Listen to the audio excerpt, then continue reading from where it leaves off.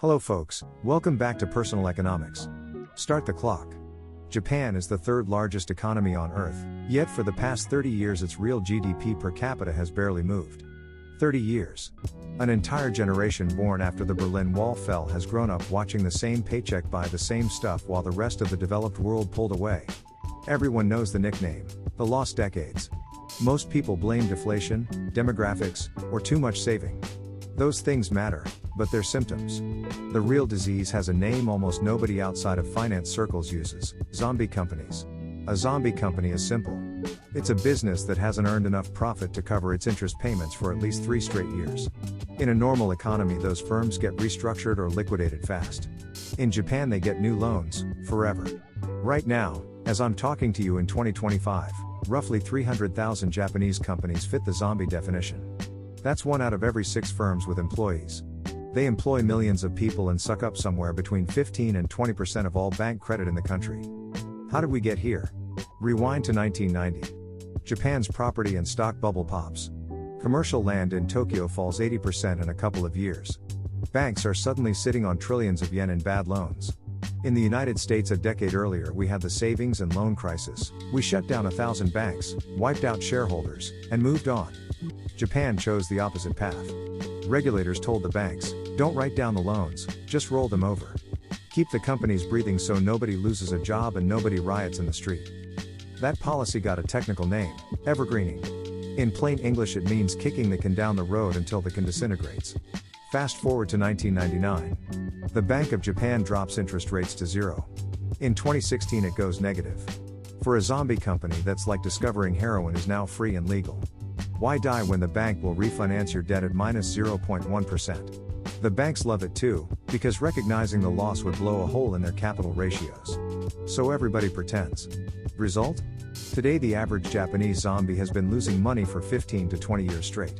Some have been on life support since the Clinton administration. Now here's where it gets ugly for the entire country. First, productivity.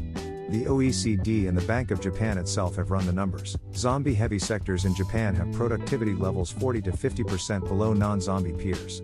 When you keep capital and labor trapped in firms that destroy value, the whole economy's IQ drops. Second, new business formation. Japan creates new companies at half the rate of the United States and a third the rate of South Korea. Think about that. You've got kids in Tokyo with ideas that could be the next Toyota or Sony, but there's no office space, no workers, and no loans because everything is tied up propping up a 70-year-old steel trader that hasn't made a profit since the bubble years. Third, wages. Real wages in Japan have not grown since 1997. One of the big reasons is that millions of workers are stuck in zombie firms where the only thing management can offer is job security, not raises. Young people call it salaryman slavery. They're not wrong.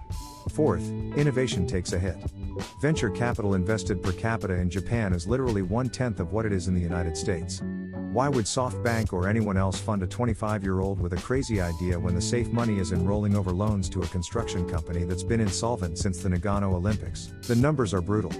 A 2024 study out of Hitotsubashi University estimated that if Japan had cleaned out its zombies the way the US cleaned out its banks in the early 90s, Japanese GDP per capita today would be roughly 25% higher. That's $25,000 extra dollars per person per year. So is anything finally changing in 2025? Sort of.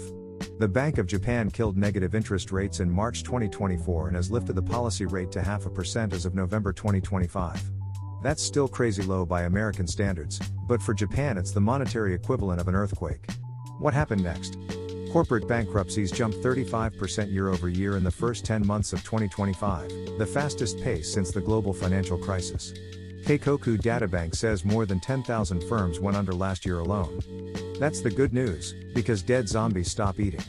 The bad news? Regional banks and credit cooperatives are still doing everything they can to keep their local zombies stumbling forward. Politicians lean on them hard. Nobody wants to be the guy who closed the factory that employs half the town. So the cleanup is happening at glacial speed. Look, Japan is the world's laboratory for what happens when you refuse to let failing companies fail. The experiment has run 35 years now and the verdict is in: cheap money plus forbearance equals stagnation. And before you say that could never happen here, check your own backyard. After 2008 and again after COVID, we did versions of the same thing in the United States and Europe. 0 rates for a decade and a half. PPP loans that turned into grants, payment holidays, covenant-light debt. The Federal Reserve's own research in 2023 found a rising share of publicly traded U.S. firms that can't cover interest expense with earnings, exactly the zombie definition. Japan is just further along the same road. They're the ghost of Christmas future. The fix is simple on paper and brutal in practice: raise rates enough to force the weak firms into bankruptcy, let the banks take the hit, recapitalize the survivors, and free up labor and capital for the next generation of winners. Japan is finally, painfully, starting to do it. The question for the rest of us is whether we wait until we have our own 300,000 zombies before we learn the same lesson. Japan didn't lose 3 decades because it lacked engineers or savings or robots. It lost 3 decades because it loved stability more than growth and chose to subsidize yesterday's losers at the expense of tomorrow's winners. That's the real story behind the lost decades. And if we're not careful, it's a preview of what's coming to a central bank near you. Like this post if you believe creative destruction still matters, and subscribe for more economic analysis. See you next time.